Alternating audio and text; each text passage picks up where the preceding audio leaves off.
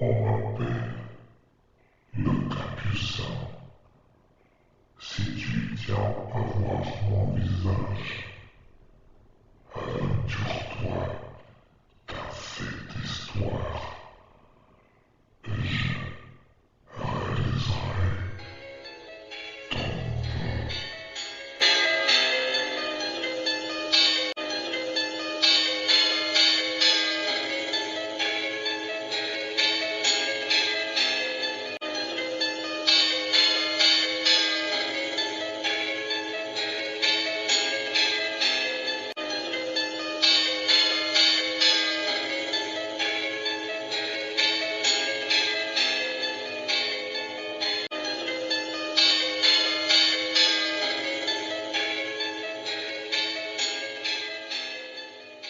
Chapitre 15 Miguel Aceves 16 Des voix de fantômes, première partie.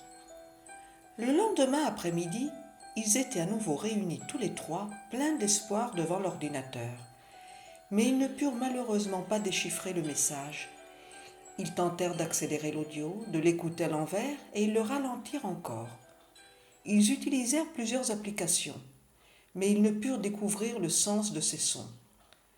« J'abandonne les jeunes » s'exclama le père de Laura. « Merci de nous avoir aidés, ça a vraiment été très gentil de votre part » lui répondit Andrea, et il prit congé pour aller à l'arrêt du bus et rentrer chez lui. Assis sur un siège dans la dernière file, il se dit que jamais il n'aurait abandonné et qu'il aurait tout fait pour trouver une solution. Il fallait qu'il trouve un autre moyen. Le même soir à 22 heures, Andrea envoya un texto à Laura. « J'ai peut-être trouvé quelqu'un qui pourrait nous aider à comprendre le message. Je passerai t'en parler demain après-midi. Je termine de regarder une émission qui parle des enregistrements des voix de fantômes. Tu me donnes envie d'en savoir plus. Et tu me dis d'attendre jusqu'à demain » répondit-elle. C'est un chercheur en paranormal. Il se rend dans des lieux hantés, dans de vieux endroits abandonnés, dans des maisons à moitié détruites, des gares désaffectées, des églises, des cimetières. Il sait comment enregistrer des voix et certaines d'entre elles sont des entités résiduelles.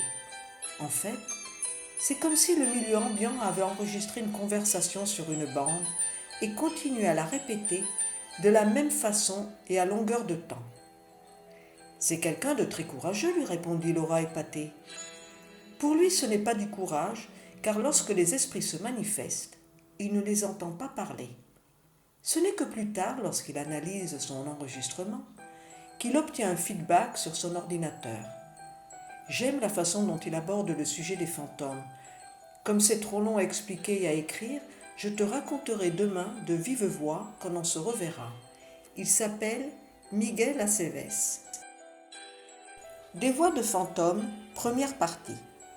Andrea était dans la chambre de Laura. Elle était assise à sa table devant l'ordinateur. Il tapa sur Google et accéda à YouTube.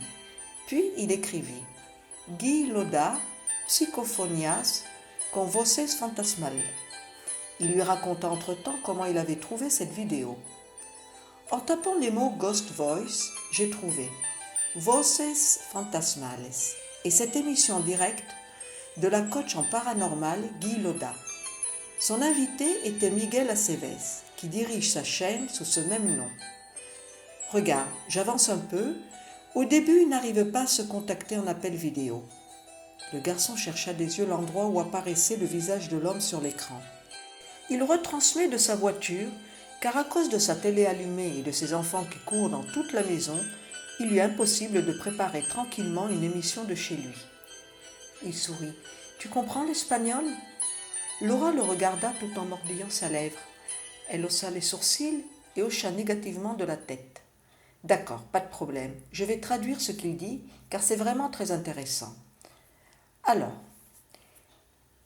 il dit « J'ai toujours eu pour but de faire connaître la technique de la transcommunication instrumentale et de montrer aux gens que la mort physique n'est pas la fin ultime.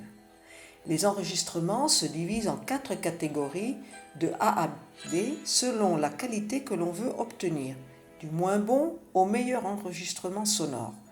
et cela se prête à toutes sortes d'interprétations. Nous avons enregistré des rumeurs qui nous donnent des données historiques. Il y en a une en particulier dont j'ai pu constater la véracité et cela me confirme que les rumeurs sont intelligentes. Guy lui demanda « Miguel, comment sais-tu si la psychophonie est vraie ou fausse ?» J'ai écouté de nombreux enregistrements et en affinant l'ouïe, on peut également reconnaître les différentes formes d'enregistrement psychophonique. Je te donne un exemple. On a parfois l'impression que des personnes murmurent à voix basse et certaines semblent parler à travers un tube ou dans un verre ou un vase comme s'il y avait un écho. La capacité de distinguer le vrai du faux ne s'obtient qu'à travers l'expérimentation. En général, j'écoute mon enregistrement dans un endroit où il n'y a aucune contamination audio de la part de personnes ou de bruit. Quand j'enquête dans un lieu, je n'entends rien. La psychophonie est un phénomène de voix électronique.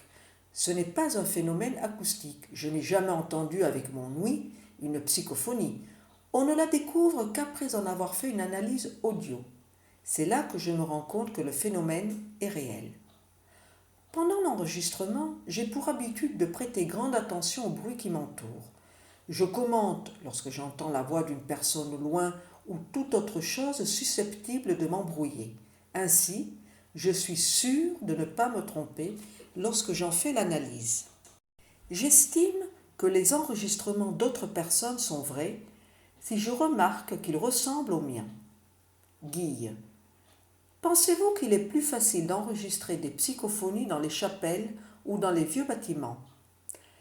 J'ai plusieurs expériences de voix captées dans les endroits les plus inimaginables, mais, bien entendu, à des fins d'expérimentation, je recherche des lieux de forte charge d'énergie et où je suppose qu'il y a une forte charge d'énergie émotionnelle. Or, il est certain que dans les chapelles, il y a beaucoup de voix.